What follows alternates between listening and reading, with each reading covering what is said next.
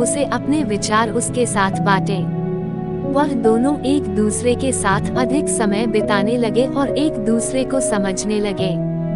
एक दिन जब सिमरन अपनी जरूरतें बयां कर रही थी, राहुल ने अपने दिल से आवाज उठाई और कहा, सिमरन, मैं तुमसे प्यार करता हूँ। क्या तुम मुझसे प्यार करती हो? सिमरन ने राहुल की आंखों में उसकी सीधी भावनाओं को देखा और मुस्कुराते हुए उसने कहा, हाँ राहुल, मैं तुमसे प्यार करती हूँ। तुम मेरे जीवन का महत्वपूर्ण हिस्सा बन गए हो। दोनों के बीच एक सुंदर प्रेम की कहानी शुरू हो गई। वे एक दूसरे के साथ खुश थे और अपनी जिंदगी के समंदर को प्यार से भर दिया। राहुल और सिमरन ने एक दूसरे के साथ अनेकों जगह घूमे, खुशियों और दुखों को आपस में बांटा और प्यार की गहराई में खो गए। समय बीतता गया और एक दिन राहुल ने सिमरन से एक सवाल पूछा, सिमरन, क्या तुम मुझसे विवाह करोगी?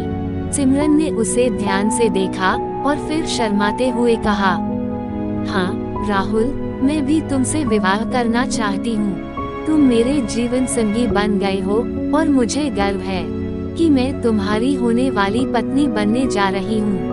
उन्होंने अपनी अटूट प्रेम और आपसी समझ के सामर्थ्य में विश्वास दिखाया और उन्होंने विवाह करने का फैसला कर ही लिया।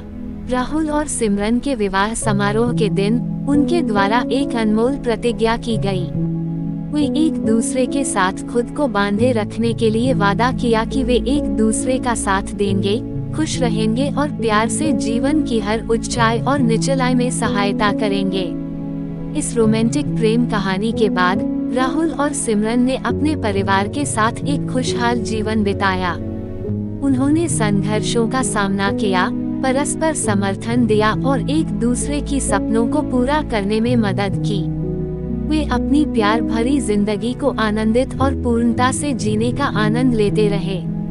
ये प्यार की कहानी हमें ये याद दिलाती है कि प्रेम अपार शक्ति होती है।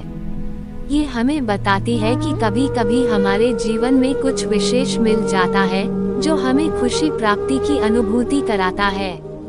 इस प्रेम की कहानी में हमें ये भी याद दिलाया जाता है कि सच्चा प्यार हमेशा साझा किया जाना चाहिए और सामंजस्य से रखा जाना चाहिए। राहुल और सिमरन की प्यार भरी कहानी हमेशा याद रखी जाएगी और लोगों को प्रेरित करेगी कि प्यार और समझ से भरी जीवन का आनंद लें और सपनों को हकीकत में परिवर्तित करने के लिए एक दूसरे का साथ दें।